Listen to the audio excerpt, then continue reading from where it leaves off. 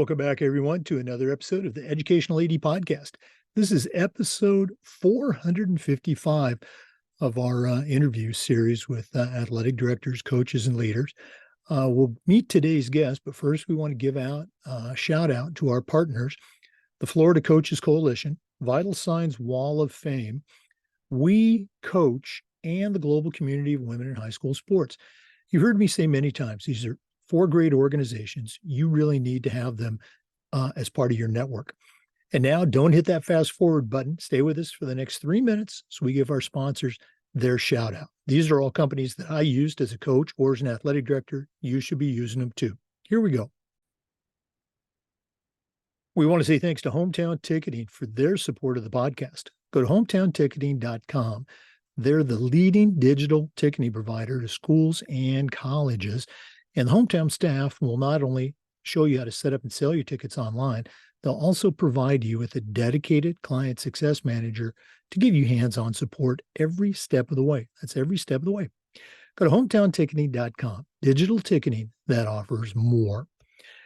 We want to say thanks to Sideline Interactive, indoor score tables and video boards. Go to sidelineinteractive.com. Set up a live web demo. See their scoreboards and their score tables in action. Probably one of the best purchases I ever made was our Sideline Interactive indoor score table. Go to sidelineinteractive.com. Schedule that live web demo today. We also want to say thank you to Gipper. Go to Gipper.com. Start creating world-class marketing content for your school's social media channel. It's so easy, even I can do it. Promote your program, celebrate your team's accomplishments and your athletes. Gipper's used by over 3,000 athletic departments across the country. It's professional graphic design made simple. Go to Gipper.com to get started. We want to say thank you to Home Campus. Go to homecampus.com. Check out all the ways that they can help you manage your athletic program. It's the exclusive high school management and state association platform for the podcast. As an athletic director, I used Home Campus every single day, and it was just great. Once again, if you want to find out more, go to homecampus.com. That's homecampus.com. We want to say thanks to Huddle for their support. Go to huddle.com and change the way you see the game. As a football coach, I used Huddle for years, but when I became an athletic director, I made sure that our school was a Huddle school. And our coaches just loved the tools that Huddle provided that helped them coach our kids to their highest level. At Huddle, we believe in sports and teams believe in Huddle. Join the 8 million users. Turn your school into a Huddle school. We also want to say thanks to Snap Mobile. Go to snapraise.com. Check out their entire suite of platforms designed to help you do your job better. If you're looking for a fundraiser, stop right here. Snap Raise is hands down the best out there. But there's also Snap Manage, Snap Connect, Snap Store, and a whole lot more. Go to snapraise.com to find out all about their platforms. Snapraise.com. We want to say thank you to Vital Signs Wall of Fame. Go to vitalsignswalloffame.com. Check out their interactive touchscreen video consoles. It's a great way to recognize your school record boards or your school's Hall of Fame, or just tell more compelling stories. That's vitalsignswalloffame.com. Check them out today. And we want to thank Athletic Surveys by LifeTrack. Athletic surveys are a quick, easy, and affordable way for you to collect comprehensive data that allows you to evaluate and improve your entire program. Athletic directors already hear back from the complainers, the 2% that want to gripe about everything. Athletic surveys will connect you with the 2%, but they'll also connect you with the 98% that love and support your program. If you're not using a survey to take the pulse of your parents or your student athletes, you're really missing out. Go to athleticsurveys.com. Let them show you how easy it is. That's athleticsurveys.com. Welcome back, everyone, to another episode of the Educational AD Podcast. We're staying right here in Florida today. In fact, we're staying very local. We're going to be visiting with Steve Bishop. I'm going to guess those of you in the volleyball community will recognize that name. I'm going to let Steve go into his resume, but it's just an incredible background in sports. He is the executive director and the president for the Florida region of United States Volleyball Association. He's also on their national board. He's on a ton of boards and committees. He's also an Air Force veteran. Thank you for your service, sir. And we're going to take a shallow and a deep dive into all things volleyball, not just club volleyball, but also high school volleyball today. Steve Bishop, welcome to the Educational AD Podcast. Good morning. Thank you very much. Glad to be here. I know this is a little off your normal track, dealing with an NGB, but hopefully we can add a little value to your show. Oh, absolutely. And the athletic directors and coaches that are listening, you're really going to enjoy this one. Steve and I were introduced by a mutual friend, longtime volleyball coach here in Lake County, Florida.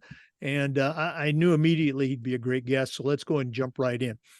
Steve, we always like to let our listeners have a chance to get to know our guests. So give us that quick bio in about 3 minutes, where you were born, where you grew up, maybe take us up through your own high school and college years, and then we'll take a break and then hear more about your career. But what's the Steve Bishop origin story? Well, it's an interesting question. I'm a local Florida boy, born here in Central Florida, Orlando to be exact. Maybe one of the few natives left around here, but other than a stint of time I did in the United States Air Force, I've lived here in Central Florida all my life. Grew up in Apopka, Florida.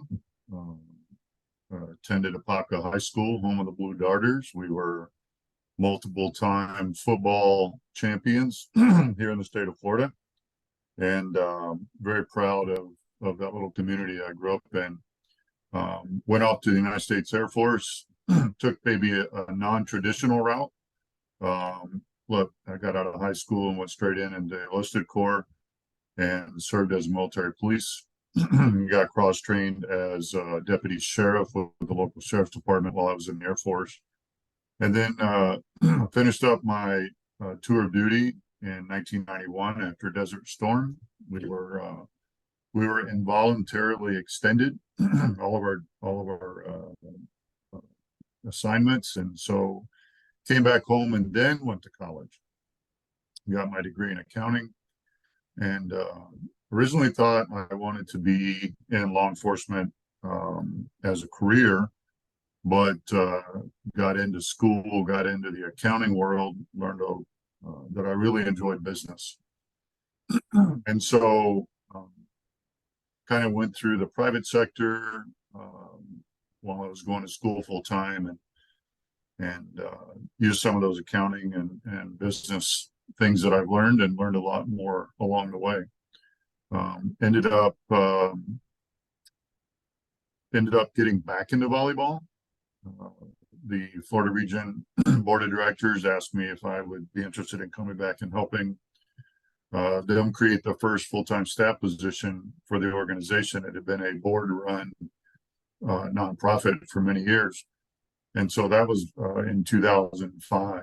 The funny thing is, Jake, I agreed to come on and help them. I said, I'll come on and help you guys for a year and get things up and running for you and help you develop a game plan and a staff plan and a budget. And then, so it's been 23 years that I've been here for 1 year. So I guess sometimes you're not really sure what you're committing to, but it's certainly been a pleasure of mine.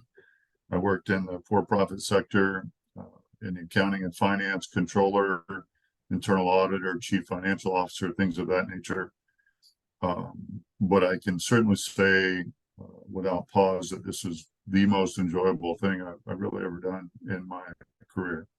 To get a chance to merge my business experience with my love for the sport of volleyball. I played while I was in the Air Force, learned to coach there, started the juniors club when I came back to Florida here in Lake County, called the Lake County Juniors.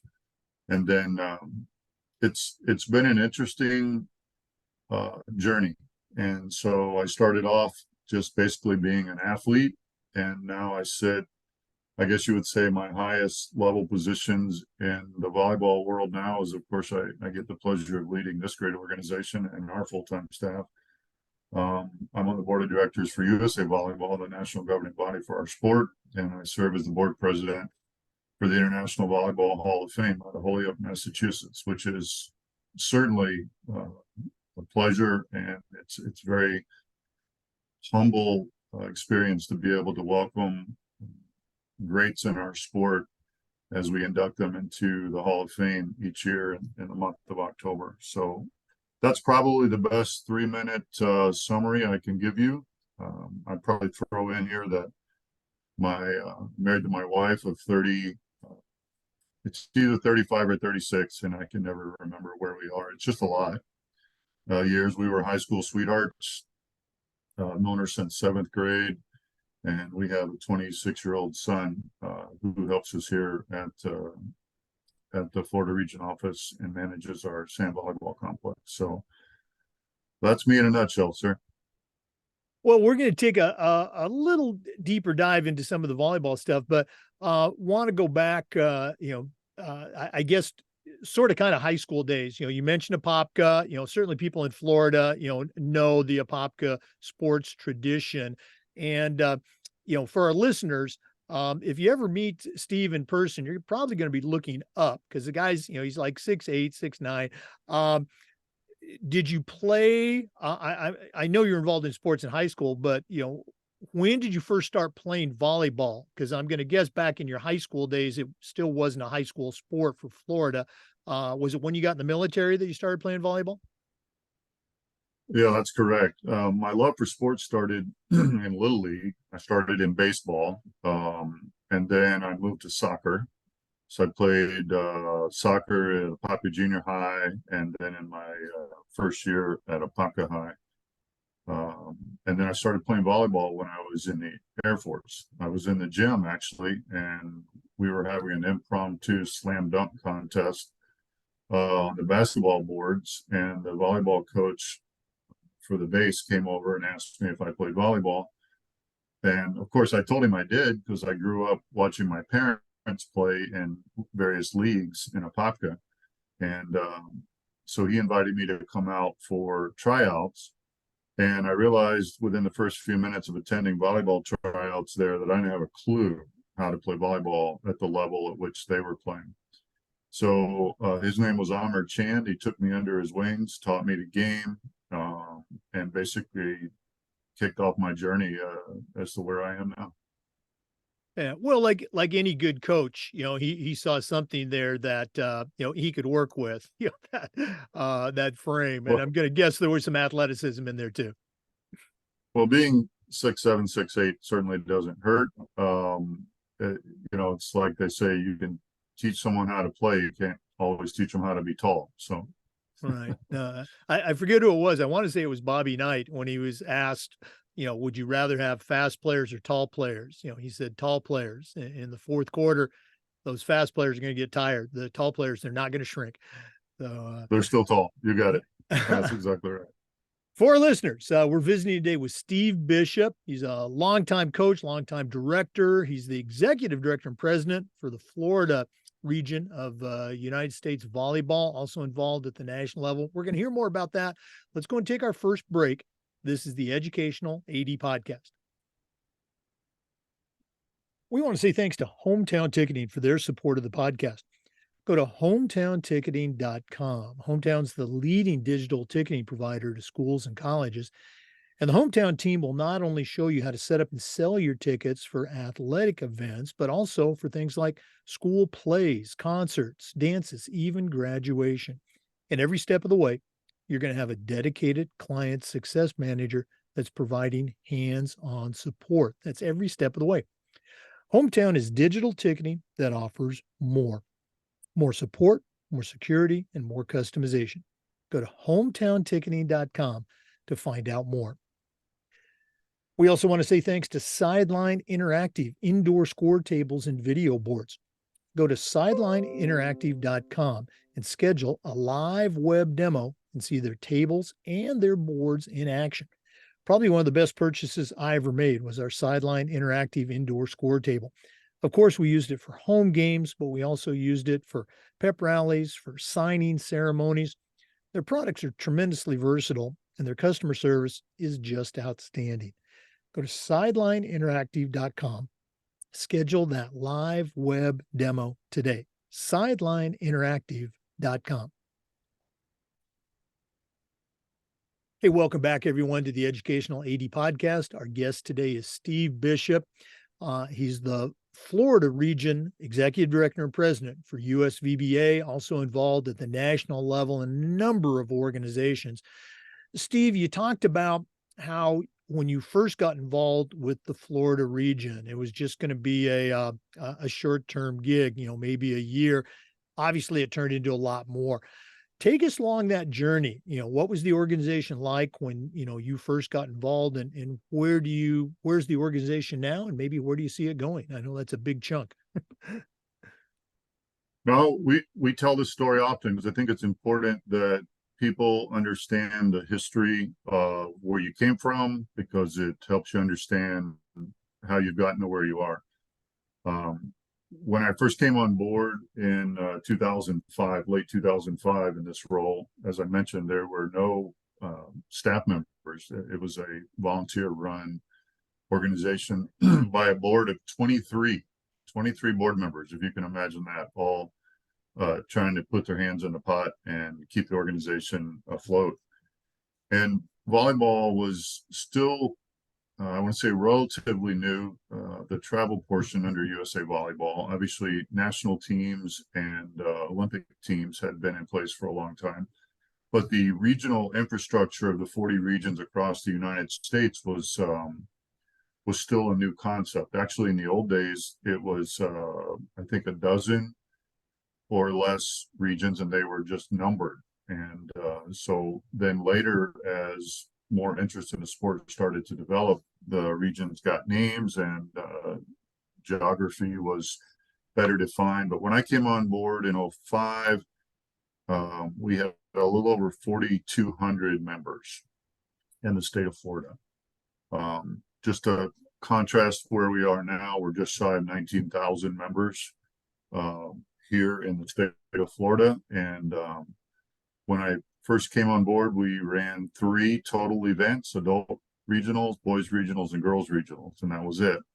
We now run anywhere between 20 and 30 events a year out of our office, and we sanction another 40 to 50 events on the indoor and beach side of volleyball. So demand is high, supply is high, and the interest in our sport is high. When I first came on, there were no employees, as I mentioned. I have a staff of 7.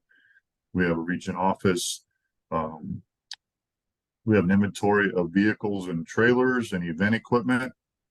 I joke that when I came on board in 2005, I went to where someone had set up a temporary part-time office and picked up all the assets of the corporation. That included a 4-drawer file cabinet, which I still have and I'm keeping as a memento, a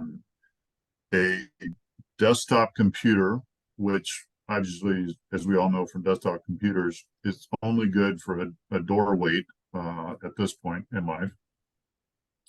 And then a box of files, and that's what I started with. There was nothing else, and so it's been a great journey. I credit our board of directors here for having great faith in me and our staff, and understanding the distinct difference between governance and operations. And oftentimes nonprofits get a little confused on what those 2 lanes are in operating the organization. And our board has stayed focused on governance and allowed me and the staff to focus on operations. And so it's come a long ways, as the saying goes, but I'm very proud of where we are.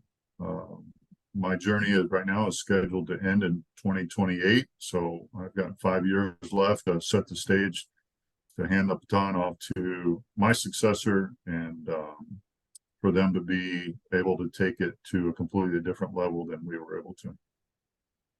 Looking back over those years, and again, you just got done talking about, moving forward.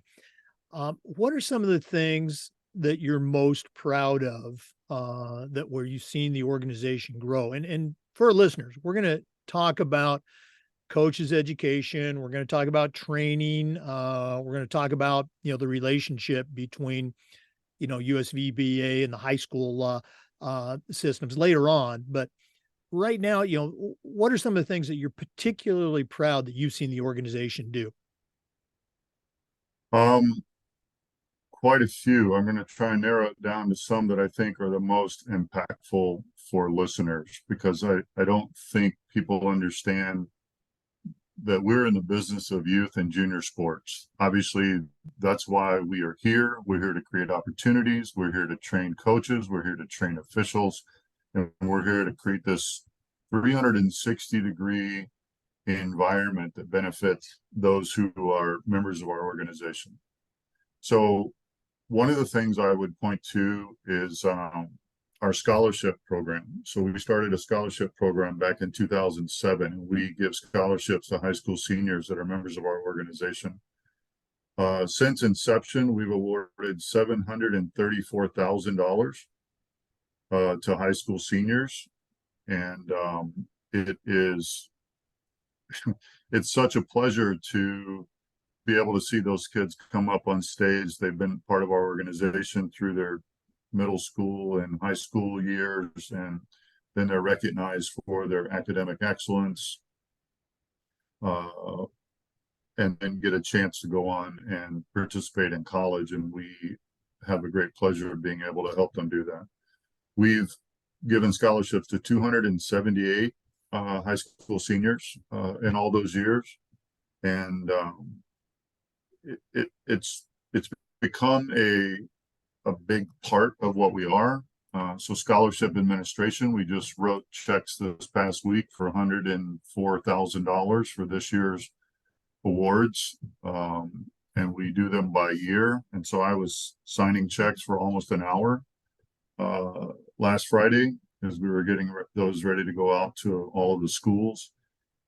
Checks to just about every Florida school you can think of, junior college and up, and schools across the nation, all the way from USC to Harvard and everything in between. So that's something I'm really proud of. It started off as a crazy little dream, and the first year we awarded a few $500 scholarships, and we thought we were the cat's meow because we were able to have a scholarship program.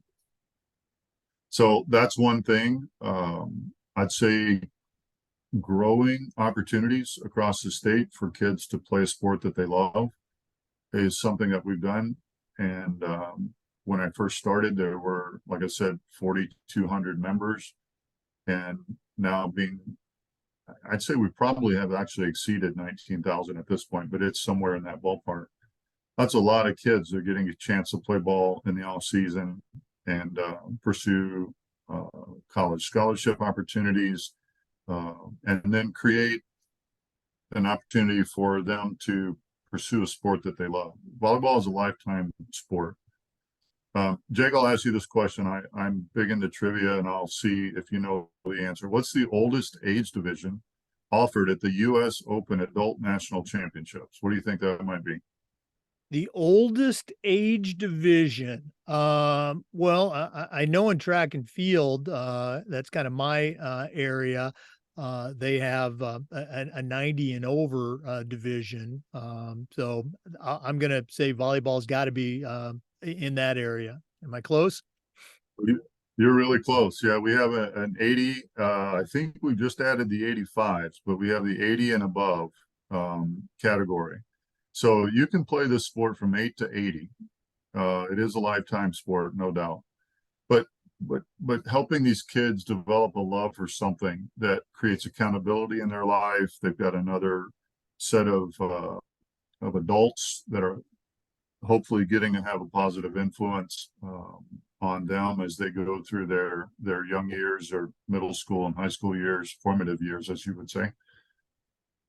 So I think that's something that we're really proud of here. And then I think something we've done for the local community that we certainly are proud of, and our board talks about it often, but we're able to create a partnership with the Lake County government and created a 21 court sand volleyball complex that allows us to host between 12 and 20 beach events a year for all types of organizations. We started high school beach here, as a matter of fact, with the Sunshine State Athletics. And so then that kind of morphed over, and FHSA picked it up, and they are now helping to grow beach volleyball, which we're very proud to see the growth in the sport.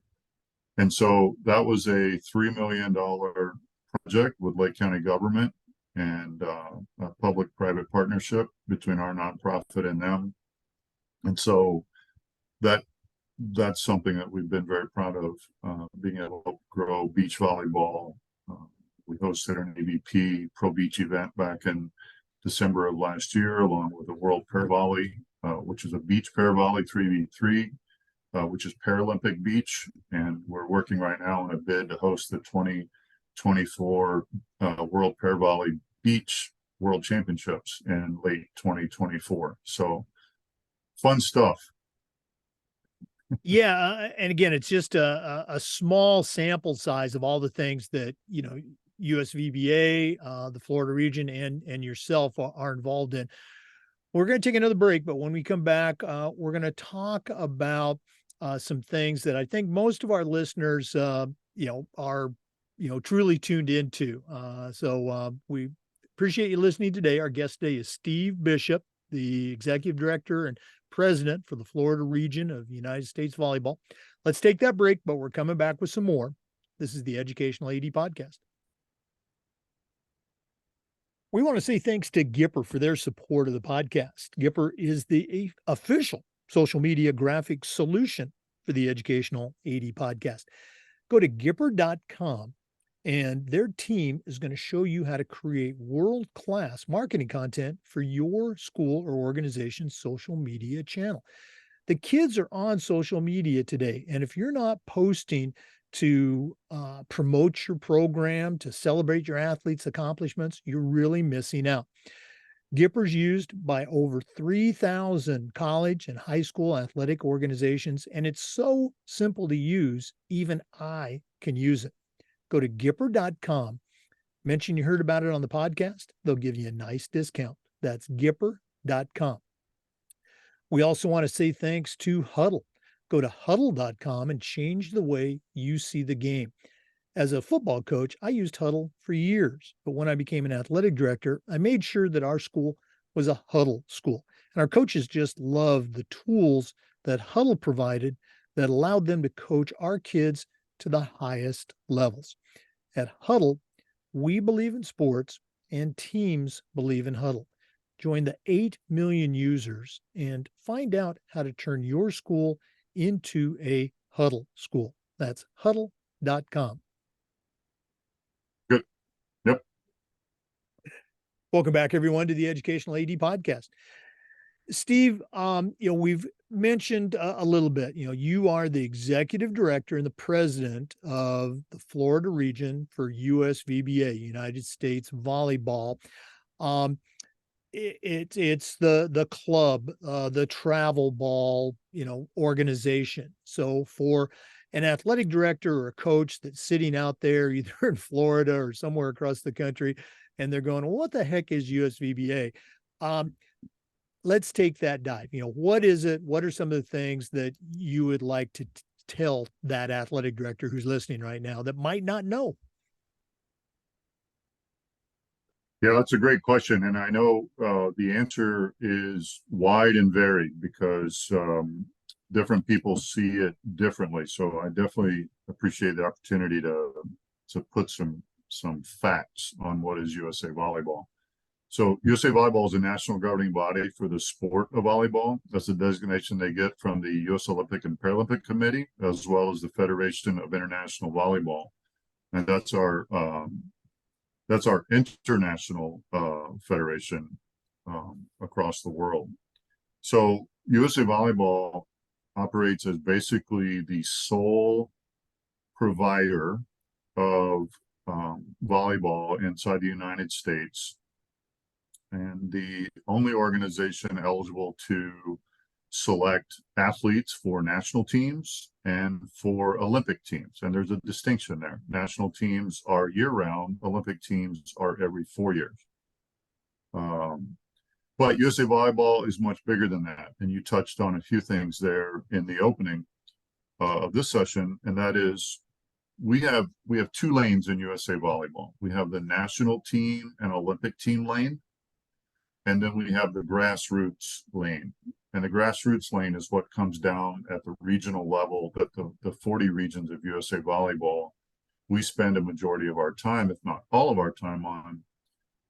And when I say all of our time, I mean sometimes that's 23.5 hours a day, because youth sports don't really shut down, right? They just keep going year round. And tournaments are lasting, 10, 11 o'clock at night. They start at 8 in the morning, and there are issues that need to be resolved. And so on any given day, my phone will light up on a Saturday morning at 8 o'clock while someone's having an issue at a tournament. But those are the grassroots things that we try and help administer. So for that athletic director out there who's going, well, why do I care? Like, what does it matter? I would say understanding the distinct difference between national governing body sports and everyone else is worth a few minutes of your time. And what I mean by that is a national governing body has a lot of oversight, governance by the U.S. Olympic and Paralympic Committee.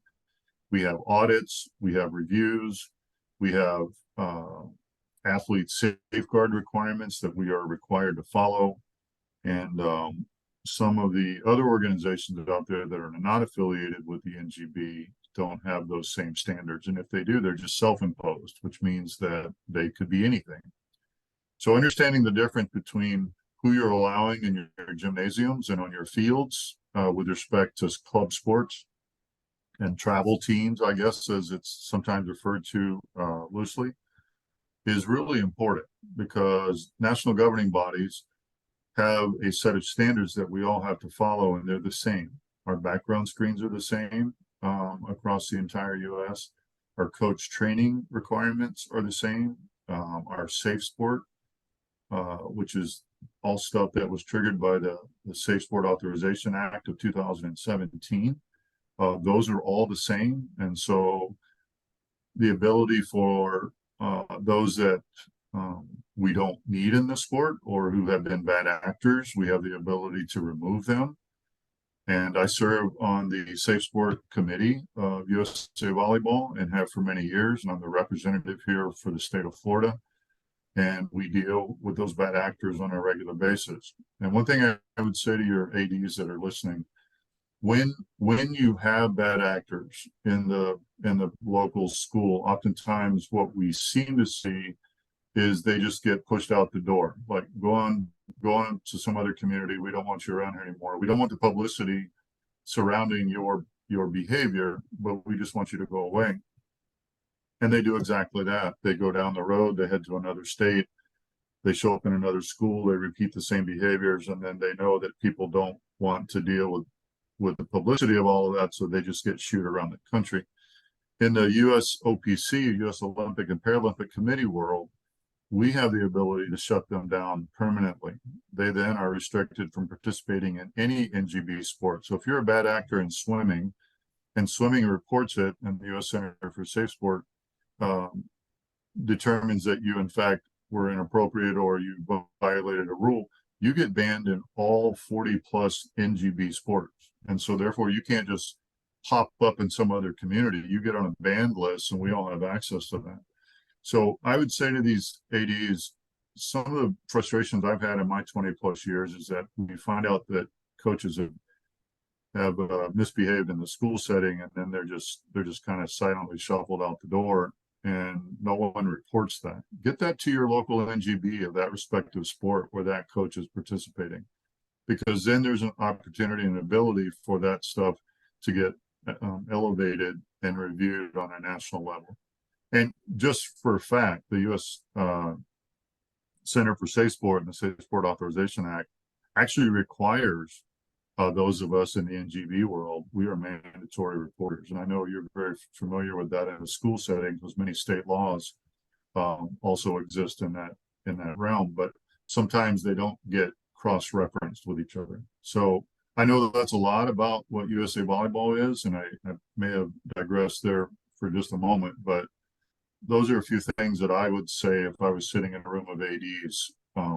Help us out, help us get these bad actors out of the sport. It's one of the things you can rely on an NGB to do. We have access to take action on those type of behaviors.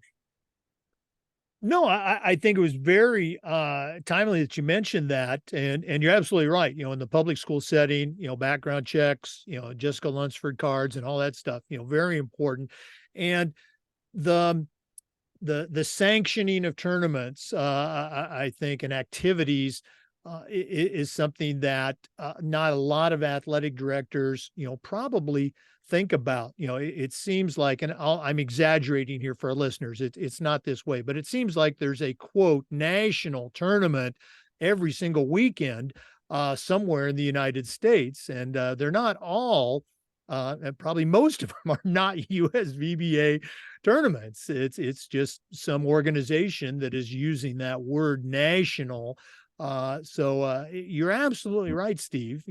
Seeing who is sponsoring it, seeing who's associated with it, you're not only making sure that your student athletes that participate with USVBA clubs are being protected, but you're also, you don't want to be associated with, as you say, a bad actor.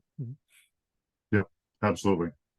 We're going to do this later in the podcast, but I want to do it now. If one of our listeners wanted to reach out, find out more about USVBA, how to get involved, again, coach training, officials, etc. What's the website? Where do they go? And, if you want to give out your email address, if they want to pick your mind a little bit, how do they do that? Well, ours is real simple, floridavolleyball.org, floridavolleyball.org. We'll get them to our page, and my email is just simply steve@floridavolleyball.org, so they can find me there. All right. And again, we'll give that out again at the end of the podcast.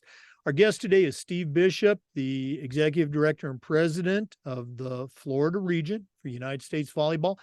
We're going to take another break, but we're coming back with some more stuff. So please stay with us. This is the Educational AD Podcast. We want to say thanks to Home Campus for their support of the Educational AD Podcast. Home Campus is the exclusive high school state association management platform for the Educational AD Podcast. It's also your one-stop platform for things like scheduling, student athlete eligibility and clearance, coaches clearance, and a whole lot more. As an athletic director in Florida, I used Home Campus every single day, and it was just great. And the Home Campus team was great to work with too. For more information about how you can get connected with Home Campus, all you have to do is go to homecampus.com. That's homecampus.com. Check them out today. Here we go. Welcome back, everyone, to the Educational AD Podcast. Steve, you've talked a little bit about what USVBA is. I know a big part of the program is training, training for coaches so they can coach the kids, also training for officials. Talk a little bit about that. How does it work? What are some of the, important foundational pieces of your coach education program? So basically we start at the top with just the word education, and underneath that we've got coach education, officials education, and that's the trained adult paid officials, and then we also have officials education for our junior athletes. So I'll touch on the coach portion first. USA Volleyball has been going through a little bit of a transformation in a sense. We used to have a lot of in-person coach clinics, Cap 1, Cap 2, Cap 3, Cap 4. And then they kind of moved away from that. Part of it was due to the fact that it was getting more difficult to get coaches into the same room at the same time. And then, of course, right around 2020, this little pandemic thing happened, which kind of prevented a lot of people from getting in the same room at the same time. And so a lot of coach education went to digital platforms where you can do webinars. You can log in at your own convenience, at your own time, watch the topics you want to watch, take the course, kind of questionnaire or test, you might call it, and then work on getting your certification that way. I would say, from my point of view of being one of the old guard, which now I guess I can call myself that, the in-person education was highly valuable, and I think created friendships and relationships that are really difficult to do in a digital world. I know everyone is accustomed to looking at each other on a box, and that's kind of become how we do business. It certainly saves companies an awful lot of money from all the travel that they used to have to pay for. And quite honestly, the airline industry is really not able to handle the kind of travel that we all used to be accustomed to. So USA Volleyball has kind of transitioned to a new online platform. They're adding back slowly a few in-person training opportunities, because I think the feedback they've been getting is that the in-person portion is very important. But coach education is a mandate of the national governing body. So I don't care if you're talking soccer, if you're talking table tennis, if you're talking volleyball, the NGBs have, I'd say, both a real and a moral obligation to make sure that there are some coaching education opportunities. A lot of what the new model for USA Volleyball is using our national team coaches as instructors and helping to push down to the grassroots level as much of the elite level training concepts as they can. And as you know, what Karch Karai does at the USA Women's National Team may not be terribly relevant to a group of 12-year-olds, but the concept of teamwork and camaraderie and supporting each other and learning little things about the game, like eye focus errors, and what do you look at when you're the blocker and you're a 15-year-old? What's the progression of your eye focus while you're doing that? So teaching those kind of techniques or fundamentals is extremely important. I think also, in the world where we live in today, the ability to hop on YouTube University and pull up a coaching video for any topic that you might, come up with, makes it really easy for people to find information and to make them better coaches. We'll continue to work at the national level on our coach education program, and it's used widely across the United States, but there are others who are offering coach education platforms as well, and a lot of their content is very good also. So I encourage ADs and coaches to look at what educational opportunities and certifications are available at the NGB level. Having an NGB coach certification, I think, looks good on your wall. First of all, looks good in your CEU requirements at your school, and it honestly makes you a better coach. So I would hope that regardless of the sport, that high school ADs and coaches would find value and seek out NGB coaching education opportunities, because there are quite a few out there. Yeah, no, absolutely. Just the opportunity to, hear what we like to call best practices, and also to network with other coaches. That's one of the things that I always recommend to ADs and coaches, young ones and veteran ones, is expand your network. Yeah. Specifically, for, USVBA, what's the progression, if they're not currently quote certified, they've played, maybe they've even coached, but they haven't picked up that formal certification. What's the first thing that you would recommend they do? Well, when you come into USA Volleyball, the very first thing you'll have to do is what we call our impact course, IMPACT. It stands for Increased Mastery and Professional Application of Coaching Theory. And I had to keep it on my screen because I can never remember all the words that go with that. But that's the basic course that all coaches in USA Volleyball have to complete. It's about a 4-hour course. And while 4 hours doesn't make you the best coach on earth, this particular course teaches you all the basics of what it would take to be standing there in front of 10 or 12 athletes and to give them something of value and to understand, um, you know, quite honestly, other things such as, does one of my kids have an eating disorder? Is one of my kids closing down and not participating because the skill that I'm teaching or the level at which I'm teaching is so far above their head that they just can't possibly keep up with the rest of the kids. Talks about developing leaders on the court and identifying those on the team that have natural leadership characteristics, and then allowing them to exercise those to become a leader on the court. It talks about basics of volleyball, like what's a platform? What does that mean? What do your arms look like when you form a platform to pass a volleyball? And how many steps are there in serving? You know, we try and break everything down to 3 key words so that it's easy to teach for that 12U kid or that 14-year-old or 16-year-old that's just seeing the sport for the first time. So that's the first level. After that, we have, as I mentioned, the online Coach Academy, where you can log in. We have gold, silver, and bronze level. I guess you would call them affiliations, where you can plug in based on the level of information that you're looking for and the frequency. So like a bronze level, for example, would be you get a chance to watch pre-recorded sessions and things of that nature, but on a higher gold level, you get real-time interactive training sessions with national team coaches and a chance to do Q&A with them. So those are some of the opportunities that we offer here in USA Volleyball.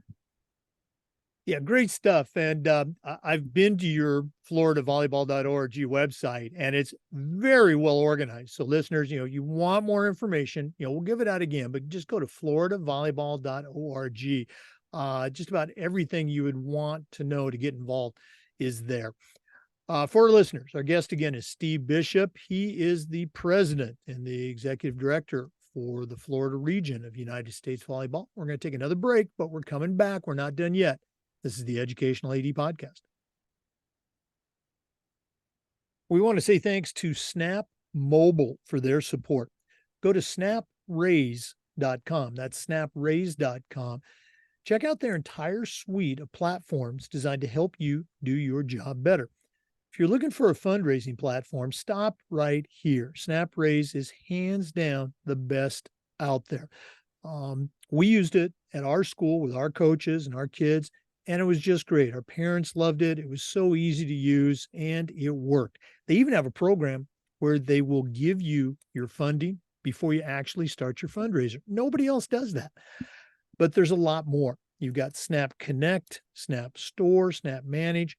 You'll find it all at snapraise.com. That's snapraise.com. We also want to say thank you to Vital Signs Wall of Fame. Go to vitalsignswalloffame.com. Take a look at their interactive touchscreen video consoles. It's a great way to recognize your school record boards for all the teams, for all the events, or your school's Hall of Fame, or to just tell more compelling stories and help showcase your school's diverse history and your proudest moments. Go to vitalsignswalloffame.com. Mention the podcast. You'll get a nice discount. That's vitalsignswalloffame.com. Welcome back, everyone, to the Educational AD Podcast. Steve, I was very fortunate in my athletic director career here in Florida. I was at 3 different private schools, in South Florida, and as you know, finished up at the McClay School in the Panhandle. You actually know their longtime coach. She's still involved, at the club level.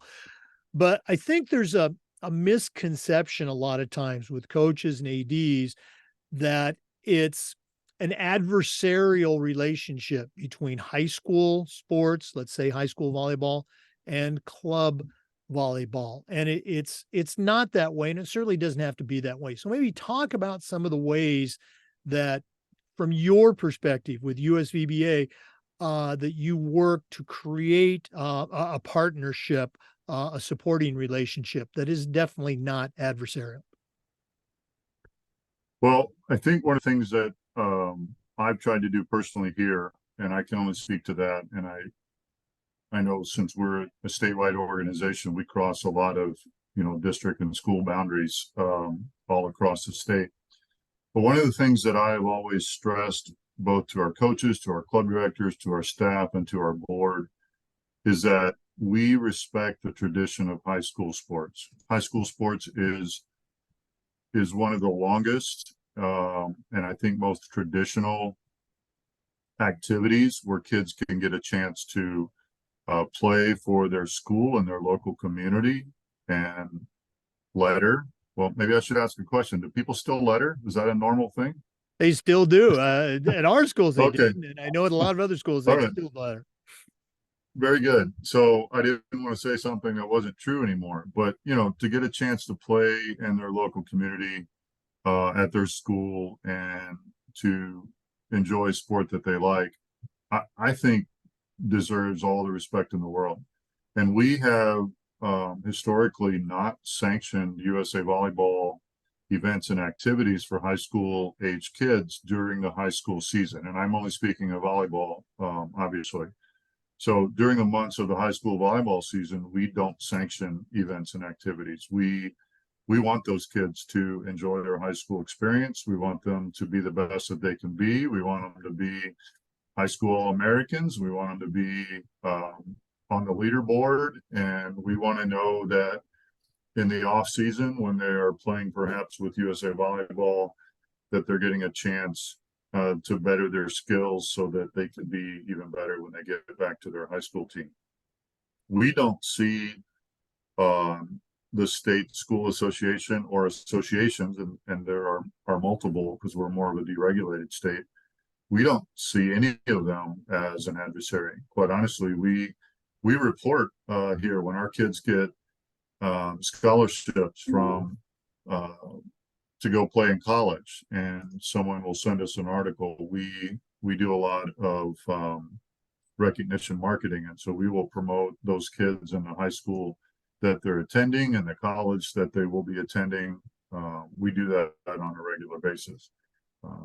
So I hope that the ADs, I can't speak to other sports, obviously, because I don't know what their mindset is, and some of them don't necessarily always honor the tradition of high school sports. So I guess my thing that I would point out here is don't lump all the sports together. Understand that there are some of us out here who have great respect for high school sports. I played soccer in high school, and so for me that was an opportunity for me to understand the importance of that. So that's where we are with USA Volleyball here in Florida, and I plan to continue that as long as I'm here. And again, it was not news to me, but I think it might be news to some of our listeners, and I appreciate you sharing.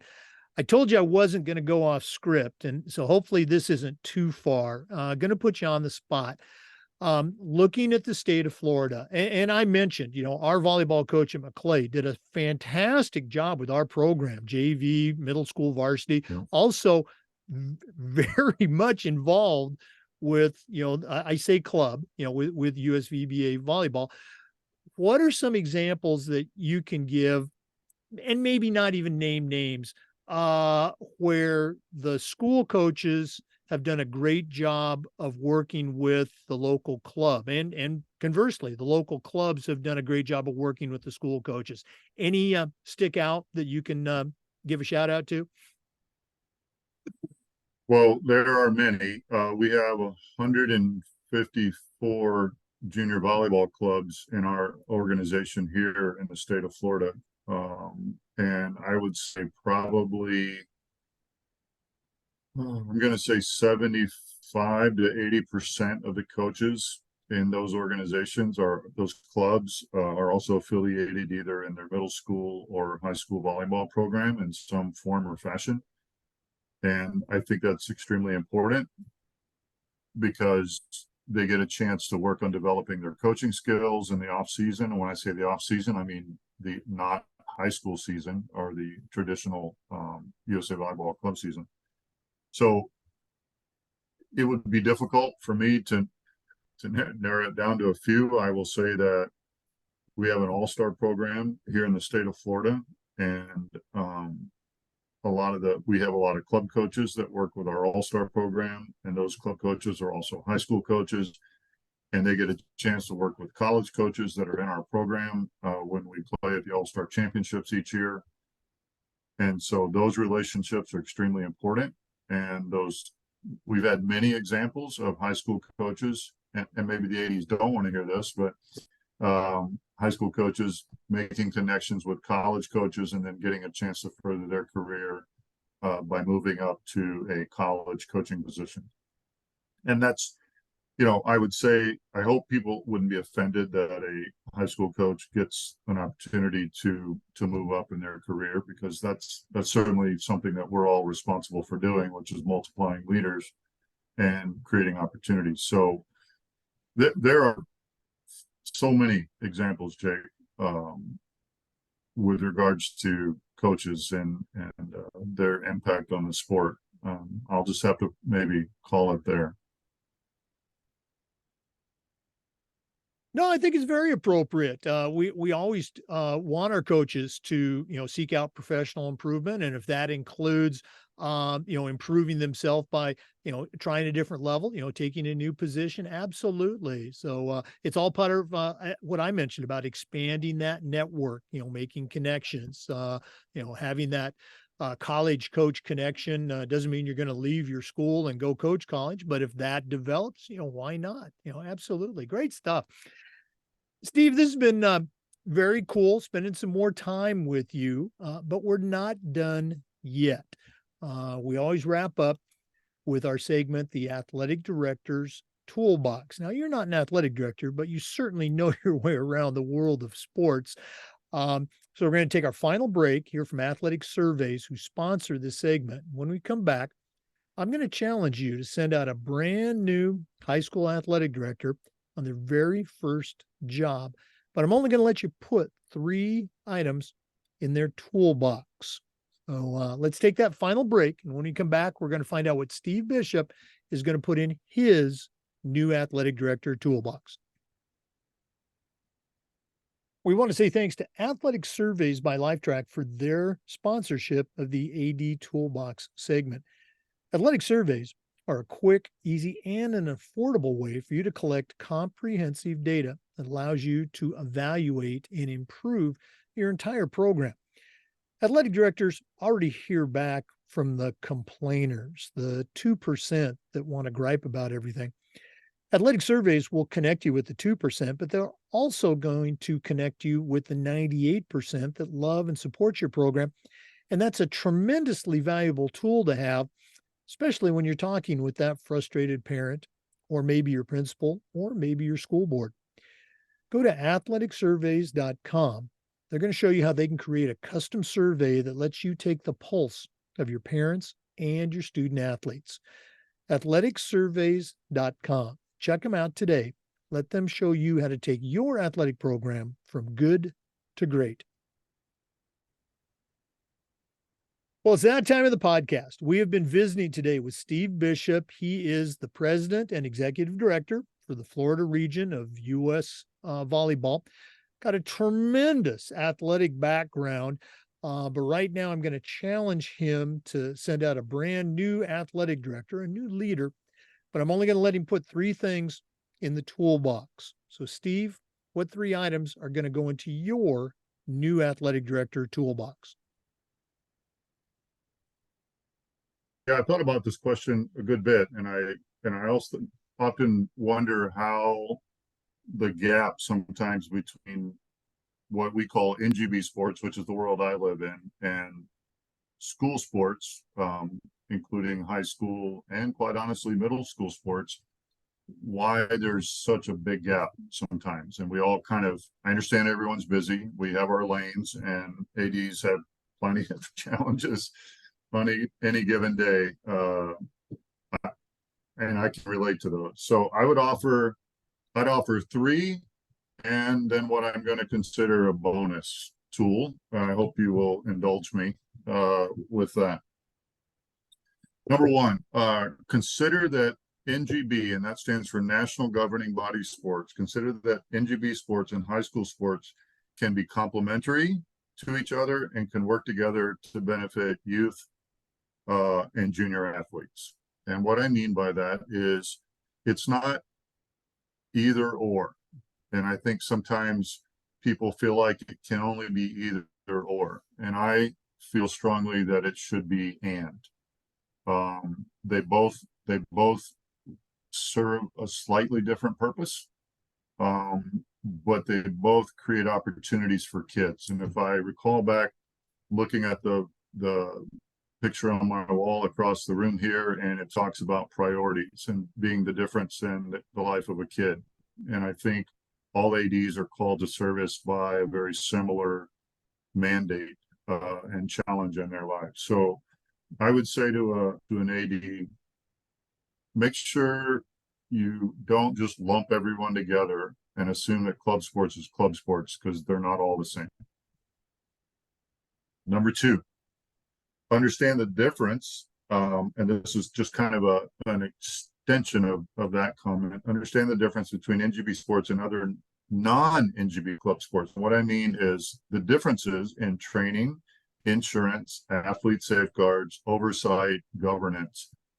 When you have people that want to do club sports on your campus, understand who they are and understand what athlete safeguards are in place, because we live in a very litigious society, and everyone knows this. And so having an organization that has superior levels of insurance coverage, superior levels of athlete safeguards. I had an FBI agent one time. He wanted to be a coach, and he called me, and he was angry that he had to take our background screen. And so, you have to be quick in your mind on how to handle these types of things, because he had a valid point. He's an FBI agent. Why would he need to take a background screen, right? And so my comment to him was, well, you should have no problem passing it. So it shouldn't take you that long at all. But when you have people in your gyms and on your campuses, you want to know who they are. You want to know what athlete safeguards and what levels of compliance they've been held to, because not only do they have access to the kids in their club program, they may have access to other kids across the campus that may just be strolling in and out of the buildings while they're there. So understand the difference between those two things, and then set a standard for who you're going to affiliate your school with. Number three, stay up to speed on national athlete safeguards. And what I mean by that is at the USOPC level. I think I mentioned it briefly early on. The Safe Sport Authorization Act of 2017 set some pretty high standards in place as legislation for this country. And it addresses mandatory reporters. It addresses banning people from being involved with sports basically for life, and then holding them accountable all the way through obviously criminal prosecutions. So in the world of sports, you've got criminal infractions, and then you've got policy infractions. And when things don't rise to the level of criminal, rely and call out for your NGBs to help you. If you've got a coach that's a bad actor, find out if they're affiliated with the national governing body in your area, and if so, report that information. Get them on the list. Get them through an investigation at the national level, so that they can't just hop from state to state and repeat that behavior. So be familiar with those national level safeguards. Every state has their own state safeguard, athlete safeguards in place, but be familiar with those at the national level, and then call out for your national governing body